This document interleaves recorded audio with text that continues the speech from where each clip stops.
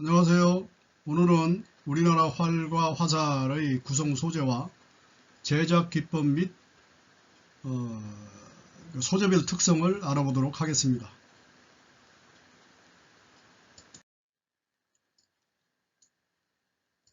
이 그림은 여러분들도 잘 알다시피 고구려 무용총 수족도입니다. 이 고분 벽화에서 유추할 수 있는 많은 것들이 있는데 이것을 보면은 이렇게 활과 관련된 내용들이 많이 있습니다. 보면은 첫 번째로 나타나는 것이 이 활 쏘는 무사들이 가지고 있는 이 활의 모양입니다. 활. 이제 고구려 무사들이기 때문에 이 고구려의 활이라고 하는 것을 알 수 있는 고대 문헌이 있어서 한번 보도록 하겠습니다. 지난번에도 설명을 한 적이 있는데 보면은 삼국주의지 동의전 고구려조에 이와 같은 글귀가 있어서 이것이 고구려 무사들이 가지고 있는 활이 맥궁이라고 하는 것을 알 수가 있는 것입니다. 보면은 또 우자입니다. 이게 있을 유고 또 있다. 뭐가 있냐? 소수맥이 있다. 구려는 작국 나라를 세웠는데 어디에 의지했느냐 하면은 대수에 의지해서 대수 근처에서 나라를 세웠고, 서안평현 북쪽에 있는 소수는 남쪽으로 흐를 유자입니다. 해서 이 바다로 들어간다. 구려의 별종, 구려의 또 다른 종족의 하나가 이 소수에서 나라를 세웠는데 때문에 이름하여 소수맥이라고 한다. 여기에서 출호궁, 호궁, 좋은 활이 출 나오는데 소위 이를 일러 맥궁이라고 하는 것이다. 바로 그것이다. 라고 이렇게 적혀 있는 것입니다. 고구려에서 고구려 중에 소수맥에서 고구려의 종족 중에 소수맥에서 좋은 활이 나오는데 이것을 맥궁이라고 한다라고 한 것입니다. 따라서 맥궁은 고구려의 활이라고 볼 수가 있는 것이죠. 그런데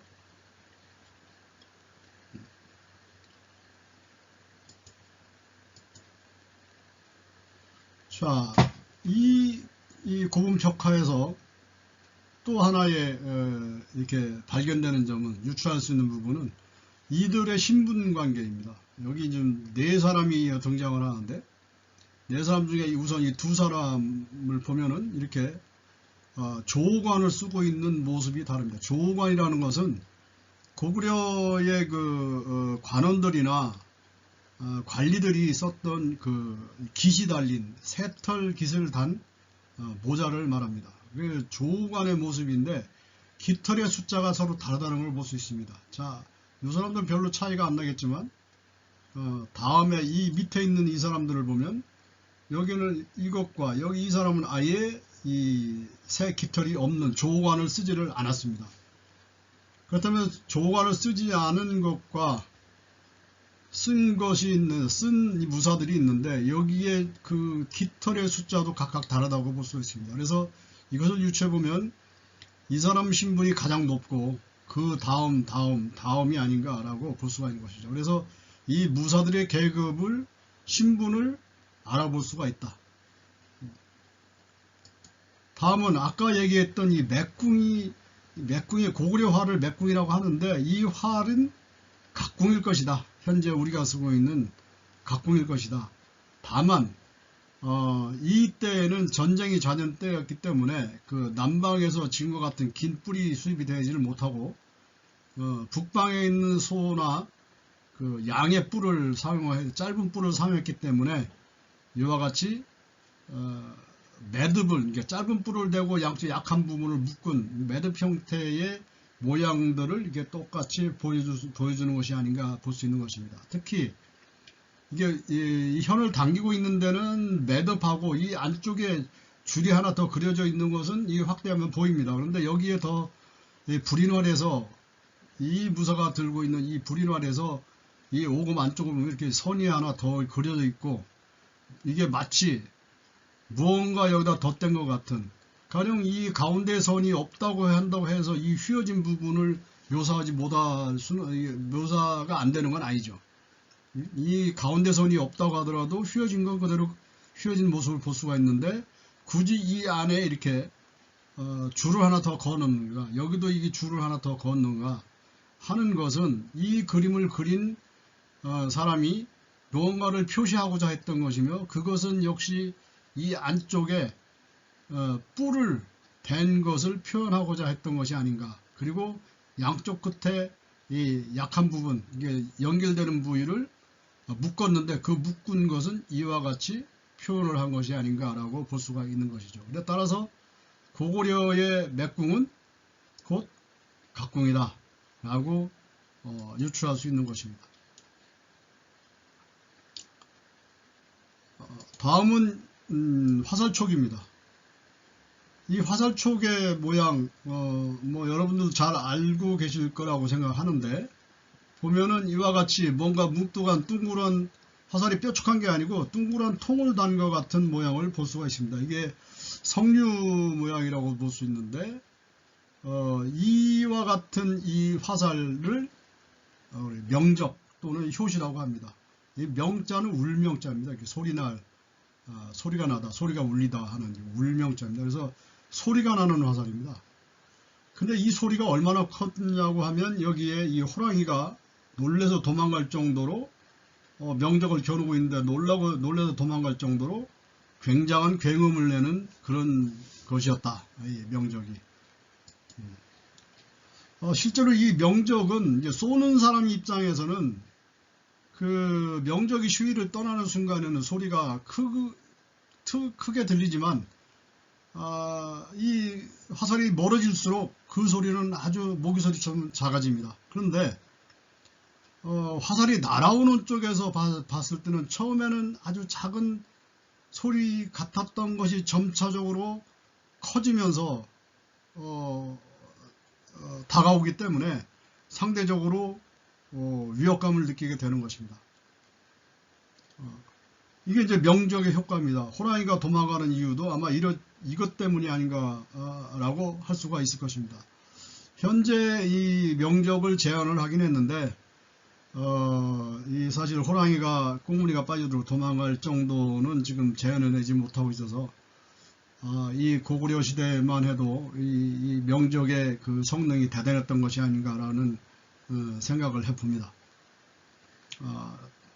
다음에는 이 사람들의 이 궁체가 아주 똑같다는 것입니다. 그림을 그려도 이렇게 똑같이 그릴 수가 없습니다. 그런데 각각을 그릴 수도 있는데, 이 궁체가 똑같다는 것입니다. 팔꿈치, 팔꿈치는 이렇게 들려져 있고요. 화살대 방향으로 그대로 줌손과 깍지손이 아주 이 각도를 딱 이루면서 이렇게 그려져 있습니다. 똑같습니다. 그리고 화살대도 이 턱 밑에다가 집어넣어서 이 자체만 보더라도 이게 가까운 거리를 쏘는 이 모습을 그대로 보여주는 이 각도가 이렇습니다. 눈높이나 이런 것들이 이 세 사람의 모양이 똑같습니다. 자, 이것을 봤을 때 당시에 이미 그 체계화된 궁체 교육이 이루어졌었다는 것을 뜻한다고 할 수 있습니다. 궁체 교육이 이루어졌다는 것은 이 활쏘기의 사법이 또 정형화 되어 있고, 그러한 사법을 조직적으로 가르치고 훈련해 왔다라는 것입니다. 상당히 고구려 사람들의 활쏘기와 관련된 어떤 기능적인 측면, 활쏘기를 중요시했던 것들을 볼 수가 있다고 할 수 있습니다. 다음은 우리활 각궁의 그 소재, 그리고 역할, 그리고 특성을 알아보도록 하겠습니다. 각궁의 기본적인 소재는 그 7가지로 구성되어 있습니다. 여기 보이는 이제 뿔각자죠. 이게 뿔. 지금은 현재 남방의 뿔을 사용하고 있는데, 남방 물소의 뿔을 사용하고 있는데, 이 뿔, 그 다음에 이건 이제 뽕나무 상자입니다. 그런데 산에 가면 이건 구치뽕나무인데 이제 삼뽕나무도 있고요. 이 삼뽕나무를 사용했고, 그 다음에 대나무 죽자입니다. 대나무와 그리고 이 상수리 상자, 이게 도토리죠. 보통 우리는 참나무라고 하는데, 이 참나무, 그리고 우백은, 이거는 소의 등덜미, 그 등 뒤 근육입니다. 이 목덜미. 근육을, 기름을 이제 그 미지근한 물에다가 이렇게 너무 뜨거우면 안 되니까 이제 미지근한 물에다가 이 기름기를 제거하고 두들겨서 지방질을 다 떼어낸 다음에 그런 작업이 끝나고 나면 이렇게 붓털같이 이렇게 미세한 가닥으로 변하게 됩니다. 여기 이것을 이제 민어불에 칠을 한 다음에 말린 건심이라고 하는데 마른 심이라고 합니다. 그 다음에 화피, 자작나무 화자입니다. 이렇게 자작나무 껍질을 또 활을 만드는데 사용을 합니다. 이 6가지 소재를 이 민어라는 고기의 불에, 이게 불의 표자입니다. 민어.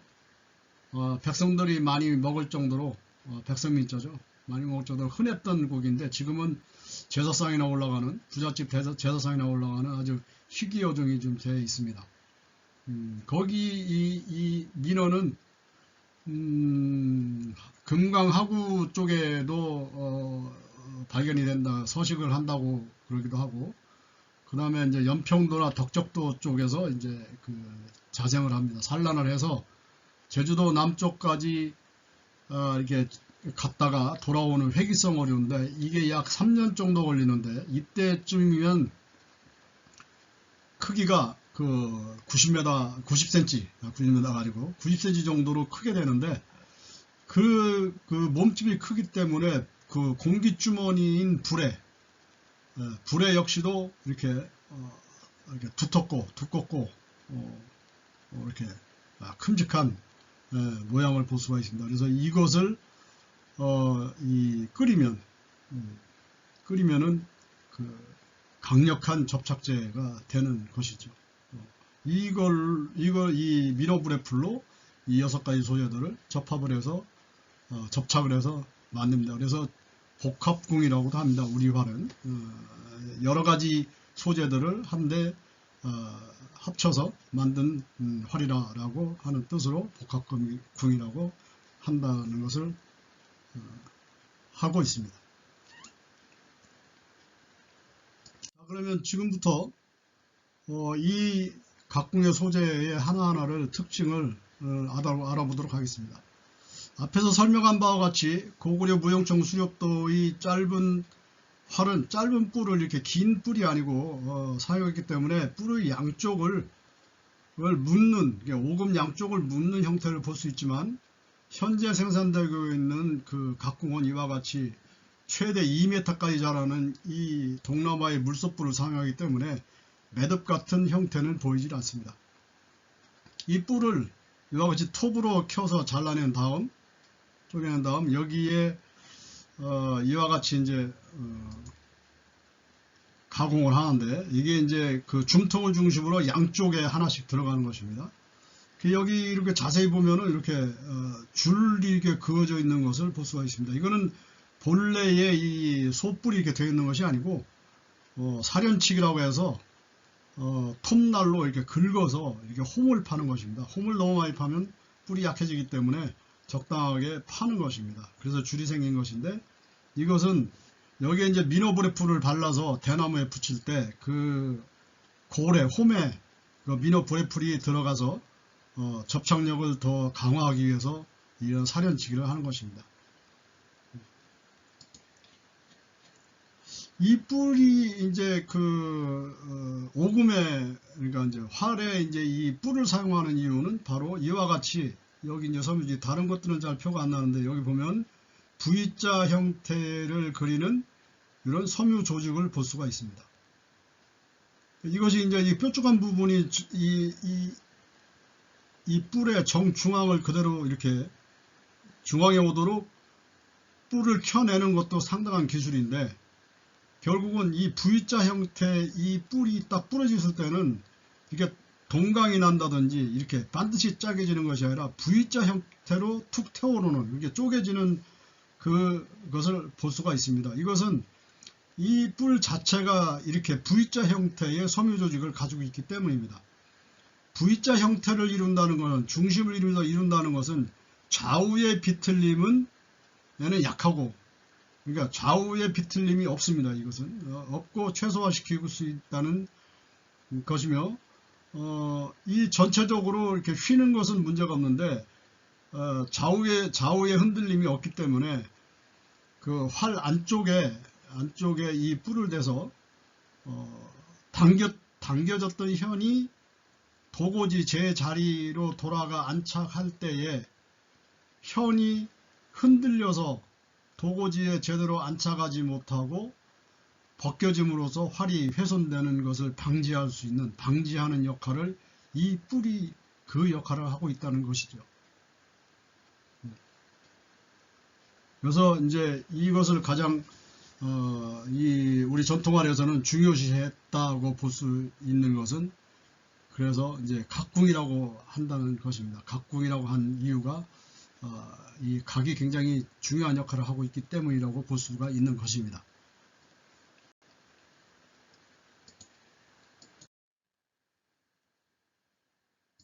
다음은 이제 뽕나무입니다. 이제 뽕나무 상자인데, 이 뽕나무는 이렇게 고자, 활에 현을 거는 네스입니다. 이게 뽕나무는 보통 산길슬기에서 자라는데, 이제 산뽕나무도 있고 이제 구추뽕나무라고도 하는 것도 있는데, 이 뽕나무 뿌리가 그 고혈압이나 당뇨, 뭐 고지혈증, 뭐 만성변비 등의 뭐 그 성인병에 좋다고 하는 것이 있어서, 그리고 특히 썩은 산뽕나무에서는 상황버섯이 난다고 그래가지고 뿌리째 이제 캐는 바람에 지금은 이 산뽕나무를 보기가 힘듭니다. 그래서 지금은 이제 산뽕나무를 사용하지 않고 이 성질이 비슷한 아카시아 나무로 대체를 하고 있습니다. 이것을 이제 적당한 크기로 자른 다음에 이렇게 휘게 되는데, 휠 때도 무리하게 너무 갑자기 휘게 되면은 이게 부러지기 때문에 이 옆에 그 물을 끓여가면서 거기에 삶아서 이게 젖은 모습이 약간 보이는 거죠. 이렇게 삶아서 이렇게 차근차근 조금씩 궁틀에 대고 휘어 나가는 것입니다. 그게 알맞게 휠 때까지 이렇게 계속 끓는 물에 넣어서 끓였다가 휘고 하는 그런 과정을 겪게 되는 것입니다. 그리고 여기 재단한 바와 같이 이렇게 뾰족하게, 이 뾰족한 부분은 이제 대나무와 연결하기 위해서 이 뾰족하게 짜기로 이렇게 잘라내는 모습을 볼 수가 있습니다.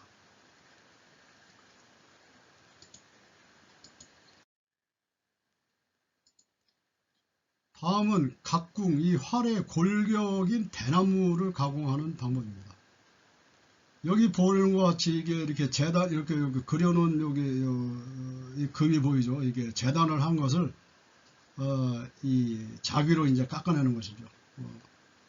그리고 이제 그렇게 된 다음에는 이제 이 화롯불에다가 이렇게 달궈서 이렇게 휘게 되는데, 이것도 역시 고자목을 휠 때나 마찬가지로 불을 계속 보여서 미지근 또 뜨끈뜨끈한 잠에 조금씩 휘어서 이 대나무가 부러지지 않도록 휘는데, 이렇게까지 휘게 되는 것입니다. 그래서 양쪽 끝까지 전부 휘어서 노끈으로 똑같이 이렇게 타원형을 만들어서 묶어서 그 그늘에다 굳을 때까지 이렇게 놔두는 것이, 보관을 하는 것이죠. 어느 정도 이제 보관이 끝나면은 다시 이것을 펴니다. 알맞게 이렇게, 이거보다는 더 많이 펴진 걸 볼 수 있죠. 알맞게 핀 다음에 그 다음에는 이제 아까 그 고자목을 뾰족하게 깎았던 것처럼 그것과 이렇게 마주 끼울 수 있게 V자 형태로 이게 톱으로 잘라내는 것입니다. 이건 잘라내는 모습이고요. 그러니까 이쪽은 뭐죠? 이쪽은 대나무입니다. 그리고 아까 그 뽕나무, 지금은 아카시아 나무로 한다겠죠? 그 뽕나무나 아카시아 나무가 이제 뾰족한 부분을 갖다 여기다 끼워서 맞추는 것이 되죠. 그래서 이제 이걸 맞춰놓은 것을 삼삼이라고 그러는데, 요거는 제비꼬리 같다고 해서 제비출이라고 그러고, 이렇게 뾰족한 것은 이제 노루발이 이렇게 생겼다고 합니다. 이게 노루발이라고 이렇게, 노루발과 제비추리를 맞물려서 끼운다는 것이죠. 그리고는 이렇게 이제 그 끼울 때는 이제 양쪽에 이쪽에 이제 미러 브레프를 바른 다음에 이렇게 노끈으로 묶어서 고정을 하게 됩니다.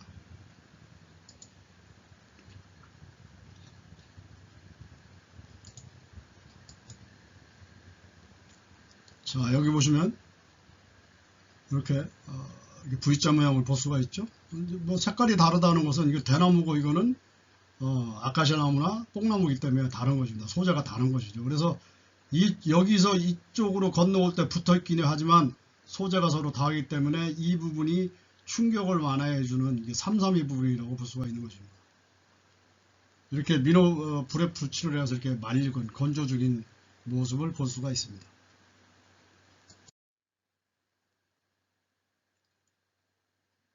이건 상수리 상자인데 상수리 나무인데 도토리죠. 상수리 도토리 우리는 참나무라고 합니다. 요것은 이제 대립목 이렇게 활이 중앙에 우리가 줌통 쥐는 부분을 거의 가늘기 때문에 좀 더 이거 대립목을 붙여서 보강도 하고 쥐기 알맞게 이렇게 붙여 놓은 것입니다. 이게 이제 뿔 쪽이 아니고 심을 붙이는 이 뒤쪽에 이제 이 대립목을 붙인 거고, 요거는 이제 초모를 한번 이제 초벌심이라고 해서 심을 이제 쇠 심줄을 한번 이렇게 붙여놓은 이게 얹어 놓은 거고, 그 다음에 요거는 이제 마지막 그 심을 다 놓고 난 다음에 마른 상태를 볼 수가 있습니다. 상당히 두터워진 것을 이 옆에가 두터워진 것을 볼 수가 있죠. 그래서 참나무는 이제 여기 대립목으로 사용을 하게 되는 것입니다.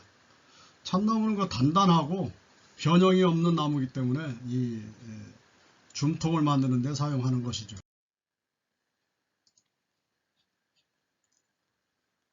이거는 아까 얘기한 대로 그 우배근입니다. 이렇게 소 등 근육인데 여기는 하도 질겨서 이게 잘 먹지를 않았다고 합니다. 그래서 이제 이 부분은 따로 이제 그 기계도살이 아니고 지금은 예전에 손으로 소를 해체를 할 때 이때 이 부분은 따로 떼어내가지고 거기서 기름을 이제 제거를 하고 미지근한 물로 이렇게 하면서 두들겨서 이렇게 작업을 하게 되는데, 이것이 이제 약간은 이 동물성이니까 그 지방질도 있고 냄새도 나고 해서 상당히 이 작업이 힘든 작업이긴 합니다. 그러나 이게 끝나고 나면 이렇게 붓털같이 이렇게 가는 미세한 가닥으로 이렇게 변하게 됩니다. 긴 것은 한 70cm 정도가 나오고요. 짧은 것은 50cm 정도. 그래서 이 길이별로 이렇게 활을 만드는데 부위별로 이걸 갖다 붙이게 되는 것입니다. 요것은 이제 이렇게 민호 브레프를 여기다 칠하겠는데, 칠해서 그것이 마른 상태, 건심이라고 하는데 마른 상태입니다. 이것은 나중에 이제 뭐 활을 부서진 것을 다시 수리하고 그럴 때 이것을 물에 담궈서 다시 불려가지고 이렇게 위에 올려놓고 여기다 이제 올려놓고 이거 손으로 다듬는, 이렇게 쓸어서 균형을 잡는 그런 모습인데, 이런 이제 걸로 이렇게 이제 건심해서 이거는 나중에 사용을 하게 됩니다. 이 활을 만들 때 겨울에는 직접 이렇게 풀칠을 하고 바로 식기 전에 여기다 올려서 이렇게 골고루 펴서 어느 한쪽으로 쏠리지 않도록 하는 것이 이 심노지라고 하는 부분에서 가장 이 장인이 가지고 있는 기술력이라고 볼 수가 있습니다. 이 기술에 따라서 활의 성능이 좌우되기 때문에 이 심놓기 작업은 굉장히 활을 만드는 과정에서 가장 핵심적인 부분이고, 어느 궁장이 만든 활이 좋다거나 나쁘다거나 하는 그런 성능의 차이는 바로 이 심을 어떤 식으로 조화롭게 이게 뿔의 두께나 대나무의 두께나 여기에 맞춰서 알맞게 이 심을 여기다 놓느냐 하는 그런 기술력에 의해서 좌우되기 때문에 굉장히 중요한 공정이라고 볼 수가 있습니다. 그래서 이제 옛말에는 이런 말이 있습니다. 이 심 놓는 기술은 같이 사는 마누라한테도 알려주지 않는다. 그것은 다름이 아니고 마누라가 바람이 나서 도망가서 다른 남자한테 이 기술을 알려줘 가지고 이 활을 만들 수도 있기 때문에 같이 사는 마누라한테도 알려주지 않는다라는 말도 있을 정도로 이 심 놓는 기술은 상당히 중요하게 여겼던 것이 이 심 놓는 기술이었던 것입니다.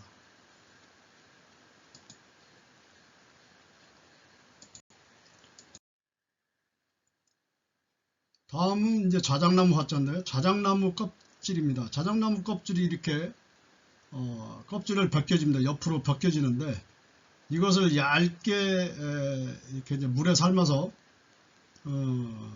뜬 물에 담갔다가 이렇게 삶게 되면은 이렇게 나중에 종이장 같은 이런 화피가 됩니다. 이게 이 화피 종이장 같지만 여기도 또 더 얇게 벗겨져 나오는 이런 특성을 가지고 있습니다. 계속해서 얇게 벗겨지는 겹겹이 쌓여 있는 것이죠. 이렇게 거꾸로 얘기하면 그러한 그 특성을 가지고 있는 것이 이 화피입니다. 이제 화피는 사실 우리가 이제 장도 뭐 김장을 담그게 되면 예전에 그 장단지 장독에다가 이제 그 안에 보관을 하게 되는데 장독은 뭐 물이 새거나 그렇지는 않지만 위를 뚜껑을 꽁꽁 닫아놔도 바깥의 외부와 공기가 소통된다고 하는 그런 얘기를 합니다. 왜냐하면 그 장단지 안에 들어있는 그 음식이나 뭐 이런 것들이 상하지 않고 오히려 더 숙성이 돼서 맛있는 김치가 되는 그런 원리를 가지고 있는 것이 그러한 이제 외부와의 소통이 공기가 소통이 되는 것이 이 화피입니다. 그래서 화피를 이게 활 등심 이게 쇠 심줄 있는 쪽에 붙여 놓는데 쇠 심줄이 이제 동물성이죠. 소 등근육이기 때문에. 근데 이제 이 외부와 이제 공기 소통이 되기 때문에 이 쇠 심줄이 썩거나 상하지 않게 되고 부패하지 않고, 그리고 습기가 많을 때는 습기를 빨아들이고 또 건조한 곳에서는 그 안에 있던 습기를 바깥으로 내보내서 활의 성능을 유지하는 보건력을 유지해주는 그런 역할을 하는 것이 아주 중요한 역할을 하는 것이 이 화피인 것입니다. 보시는 바와 같이 이렇게 화피는 이렇게 껍데기가 얇게 이렇게 일어나는 그런 성질을 가지고 있습니다.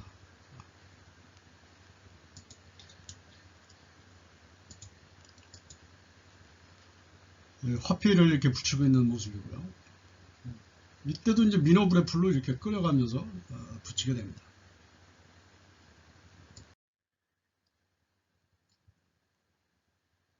자, 우리 활 각궁의 우수성, 성능의 우수성이라든지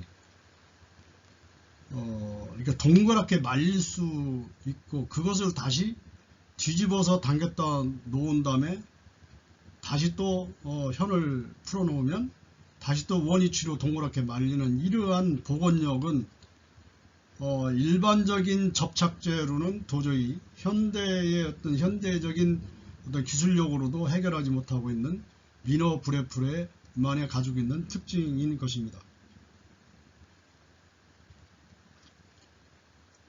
이 민어 브레풀은 이제 이렇게 불에는 이게 솥에 넣어서 이렇게 끓여내서 이렇게 배로 짜서 놔두게 되는데 굳게 되는데 이 굳은 것을 심을 놓을 때 이렇게 녹여서 점도를 맞춰가면서 심에다 쇠심줄에다 칠해서 활에 얹어 놓는 게 이제 심놓기 작업인 것입니다.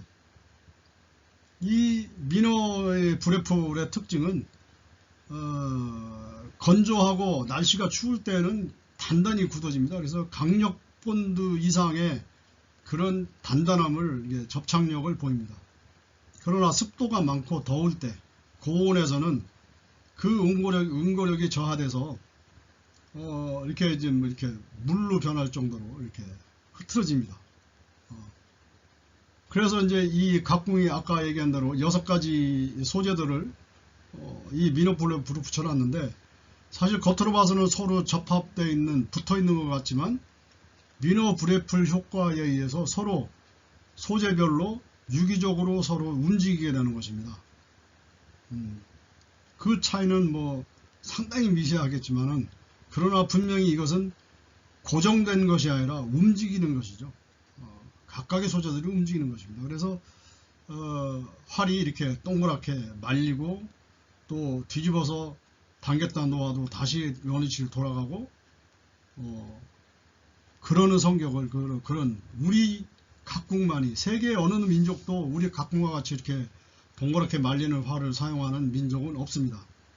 이것이 이제 미노브레플 효과에 의해서 우리 각궁이 이러한 특성이 있고, 그 특성이 곧 이 각궁의, 우리 활 각궁의 성능을 높여주는 그러한 역할을 하게 되는 것입니다. 활의 성능, 각궁의 성능은 뭐 다시 얘기를 하면은 여러 가지가 있습니다. 그래서 다음에 요 뒷부분에서 얘기하도록 하겠습니다. 자, 그 다음에는 이런 이 미노브레플로 이제 이외에도 이렇게 아까 얘기한 노르발 제비추리 이 부분에 미노브레를 칠하든지 미노브레플이라든지 아까 대리목 붙일 때 사용한다든지 그렇게 부각이라고 그러는데 이 뿔과 대나무를 붙일 때에도 요 사이사이에다 미노브레플을 이게 물론 이제 이 안쪽에는 이미 발라놓은 거지만 이렇게 노끈으로 얼기설기 묶을 때도 또 그 접합 부위에 한 번 더 미노브레플을 발라서 이렇게 밧줄로 요렇게 생긴 요 모양을 여기 조막선이라고 하는데 이걸로 단단히 조여서 끝까지 조여 놓게 되면은 이것이 이제 서로 딱 붙게 되는 것이죠. 그것을 부각한다라고 하는 것입니다.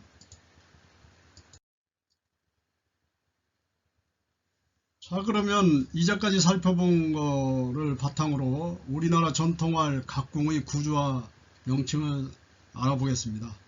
뽕나무, 아까 얘기한 뽕나무, 지금 아카시아 나무로 대체를 한다고 그랬죠. 이 뽕나무가 여기까지 이렇게 들어가고 이렇게 약간 붉은스름한 이렇게 들어가고, 대나무가 여기 서로 이렇게 아까 이 노르발 제비추리 모양 V자 형태가 서로 끼워져서 연결이 되는 것이죠. 그리고 바깥쪽에 물속 뿔을 붙이고 안쪽에는 소심줄을 붙입니다. 그리고 중통 부분에는 참나무를 붙이고, 그리고 그 겉 바깥에 소심줄 부분의 미세한 가닥을 보호하고 동물성인 이 쇠심줄을 보호하기 위한 동물성의 그것을 보호하기 위한, 부패하지 않도록 보호하기 위한 해서 화피를 겉에 이렇게 붙여서 이게 말끔하게 아주 깨끗하게 이렇게 단장을 하게 되는 것이죠. 그리고 이제 이 활의 이 부위별 명칭을 알아보면 이게 이게 활을 잡는 이 부분을 줌통이라고 합니다. 그리고 출점피라고 그러는데 보면은 여기에 이쪽 편향인데 여기 까맣게 보이는 이 부분, 이게 이제 이 활이 이거는 이게 아래고 위니까 여기입니다. 여기에 그 화살을 걸어서 나가는데 화살이 나갈 때에 이게 잘못 나가게 되면은 그 화살촉이 자꾸 활을 건드려서 활이 파이게 됩니다. 이게 때문에 그걸 보호하기 위해서 여기다가 가죽을 붙여놓은 것을 출점피라고 그러고, 이렇게 휘어지는 부분을 오금이라고 그러고, 아까 얘기하는 이 뽕나무와 대나무의 접합 부위, 이것은 무엇을 한다고 그랬죠? 여기 뽕나무에 떨어진 여기 도고지에 혈이 떨어질 때의 충격을 완화해주는, 대나무로 옮겨가는 이 과정에서 그 완화해주는 역할을 하는 삼삼이가 있고요. 그리고 양쪽 끝을 이 고자라고 하고 현이 이렇게 안착하는 부분을 도고지라고 합니다. 이것은 현이라고 그러고 시위라고도 하고, 절피라고 하는데 절피 부분은 이제 그러니까 화살을 끼우는 곳입니다. 이게.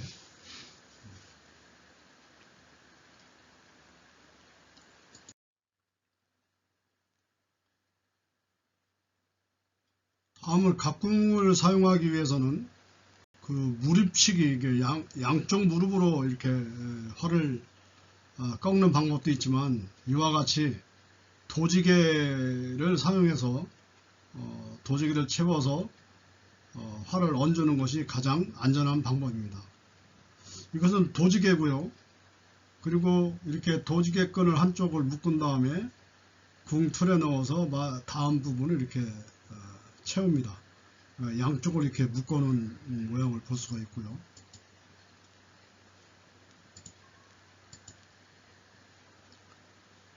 이것은 이제 양쪽에 도지개를 다 채워놓은 상태에서 현을 얹은 모습입니다.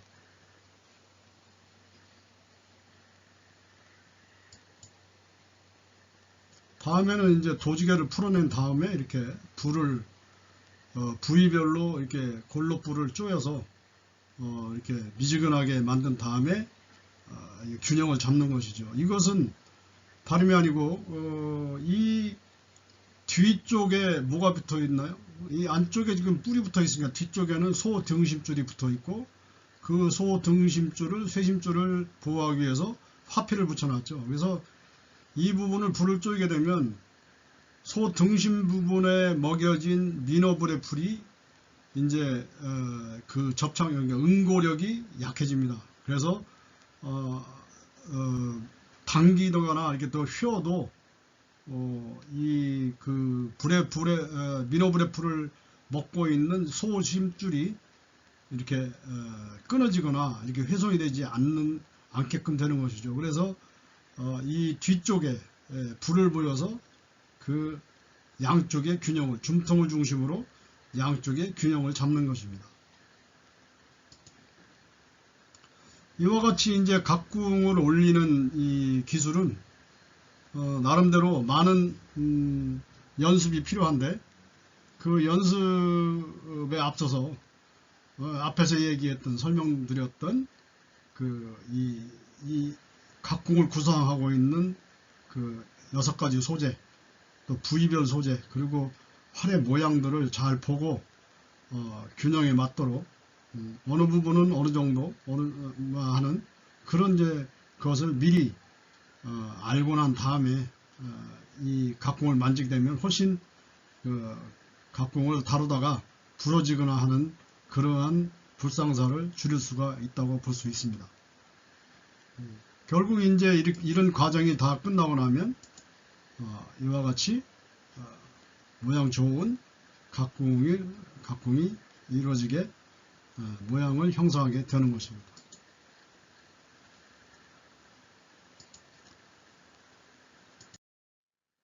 다음은 전통화살 죽시의 소재에 관해서 알아보도록 하겠습니다. 죽시는 이렇게 대나무를 화살대로 사용하기 때문에 대나무 죽자를 써서 죽시라고 하는 것입니다. 그 대나무 화살인 것이죠.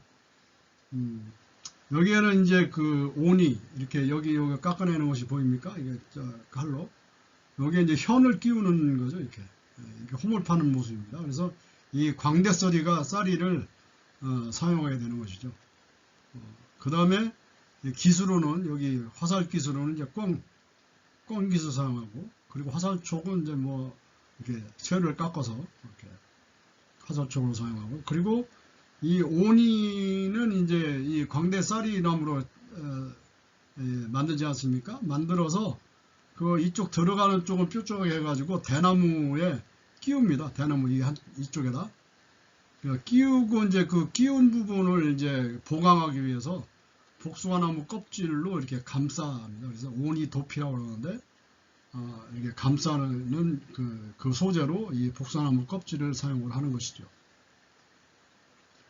뭐 꽁깃은 이제 야생에서 그냥 자라는 이게 사육하는 것보다 야생에서 자라는 꽁깃이 훨씬 더 좋다고 하는데 요즘에는 상당히 구하기 어려워서 대개 사육하는 꽁의 기술을 사용하고 있습니다.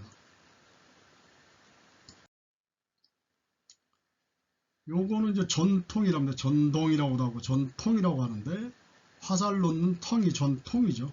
그래서 이제 이게 이제 대나무로 만든 것들입니다. 지금은 뭐 그게 아니고 이제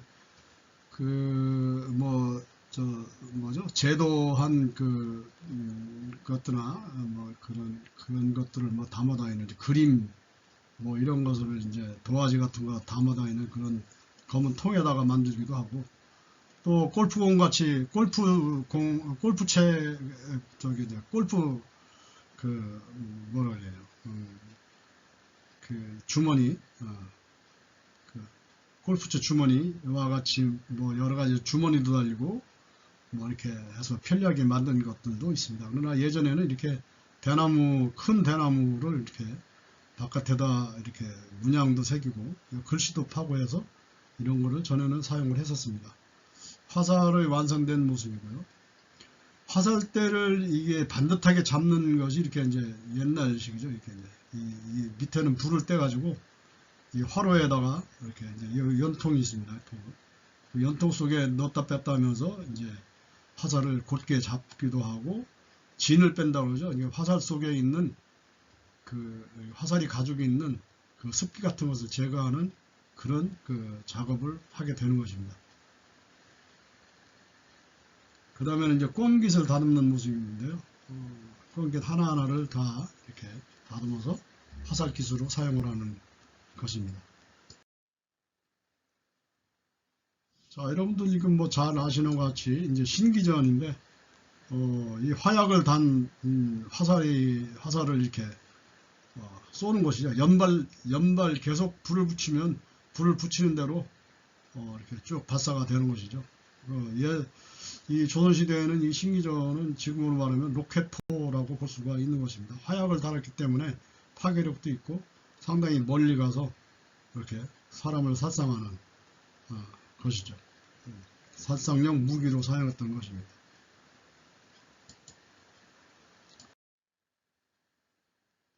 자, 화살의 각 부분의 명칭을 살펴보도록 하겠습니다.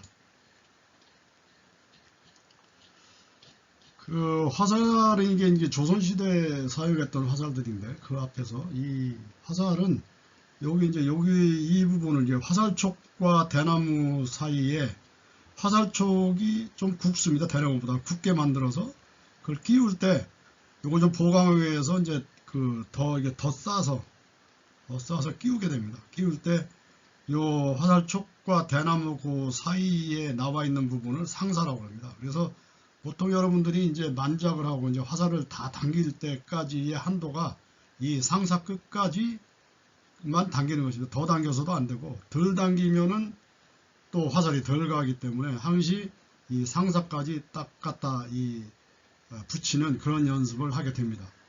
그리고 화살에는 이렇게 이제 마디가 이제 하나 이렇게 3개가 있는데 이 마디를 이게 화살촉으로부터 아랫마디, 중간에 허리간마디, 그리고 기세각 같은 깃간마디라고 합니다.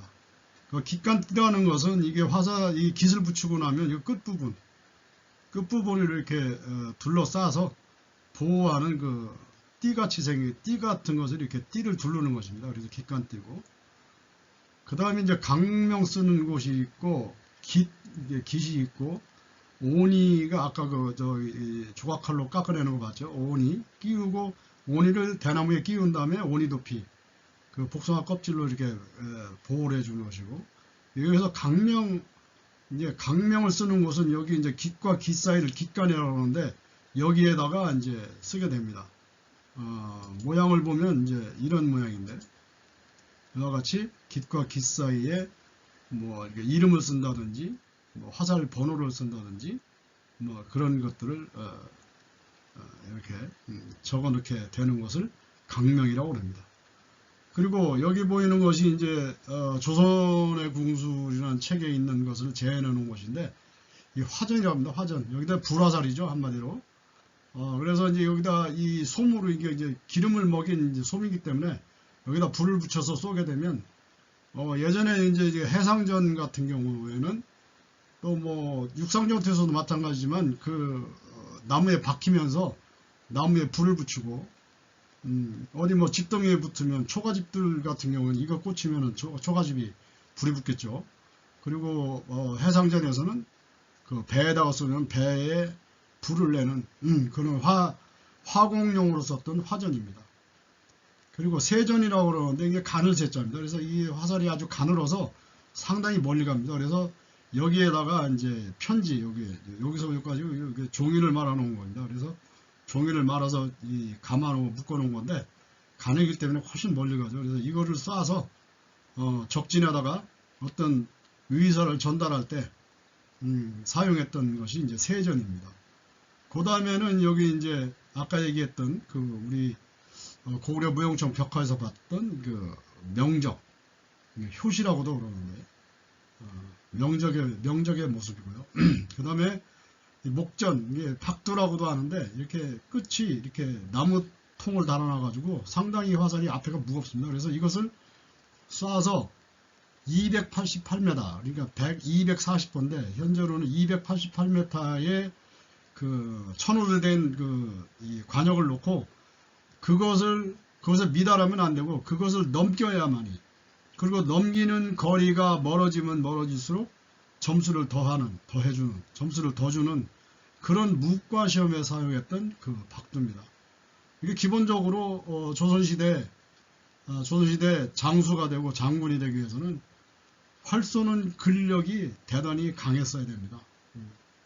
288m, 지금 현재 우리가 사용하고 있는 것이 145m인데 여러분들이 활터에 가서 145m를 우선 거기까지 화살을 보내는 것만도, 그것을 맞추는 것만도 상당히 힘듭니다. 그래서 처음에는 약한 활을 쓰기 때문에 이제 그런데 이렇게 이제 그것 288m 거의 곱절의 그 거리에까지 이 무거운 화살, 나무를 단 이 화살을 목전을 보내야만 하는, 보낼 수 있어야만 하는 그런 힘이 기본적으로 있어야 했던 것이죠. 그것을 묵과에서 시험을 봤던 것입니다. 그리고 이것은 주살입니다. 주살 익자인데 여기 보면 줄을 감아져 있죠. 그래서 이제 이것은 뭐 여러 정도인데 우리가 흔히 말하는 주살은 이렇게 연습할 때 이렇게 줄을 매달아서 화살이 어디로 도망가지 못하도록 해서 하는 것을 주살질이라고 하는데, 사실은 이것은 이제 새나 동물을 쐈을 때 이 화살을 한 대 맞았다고 금방 이 새나 동물이 죽지는 않습니다. 그래서 이렇게 줄을 매달아 놓으면은 어디로 도망가는지, 새 같은 경우 맞아도 어설피 맞으면 뭐 금방 그 자리에서 떨어져서 떨어지는 것이 아니라 이제 떨어진다면은 막 땅을 기어가서 어디로 숨어버립니다. 그래서 이 줄이 있으면은 쉽게 찾을 수 있기 때문에 이렇게 이제 줄을 매달아서 쏘는 것을 이제 주살이라고 이렇게 했다고 그럽니다.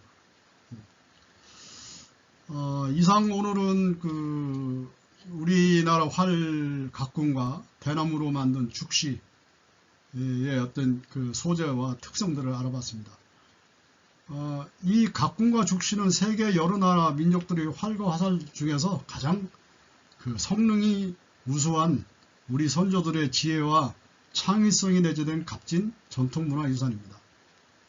우리나라 그 각군과 죽시의 우수한 성능은 일본 활쏘기의 사거리, 즉 4대에서 관역까지의 거리가 28m에서 실내일 경우 28m, 외부 활터일 경우 60m고, 중국은 장소에 따라서 실내에서 할 때는 뭐 10m, 20m도 쏘지만 최대 거리가 그 60m입니다.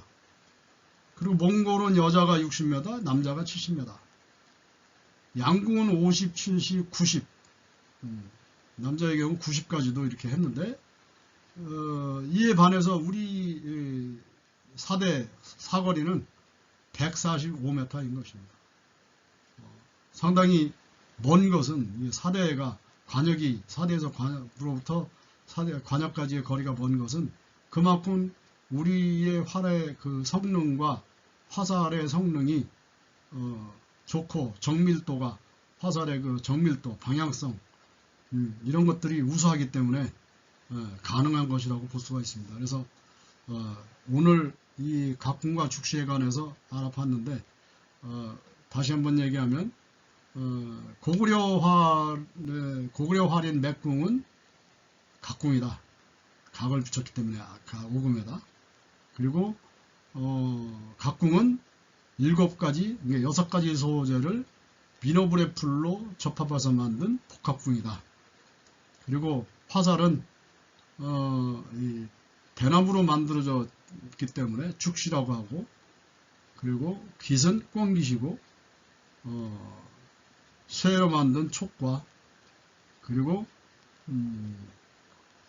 그 광대사리로 만든 오니, 그리고 그것을 그 연결 부위를 보강해주는 복숭아나무 껍질 등으로 이렇게 만들어져 있다는 것을 오늘 알아봤습니다. 자, 이상 오늘 강의는 여기까지로 마치겠습니다. 여러분 다음 시간에 또 만나요. 감사합니다.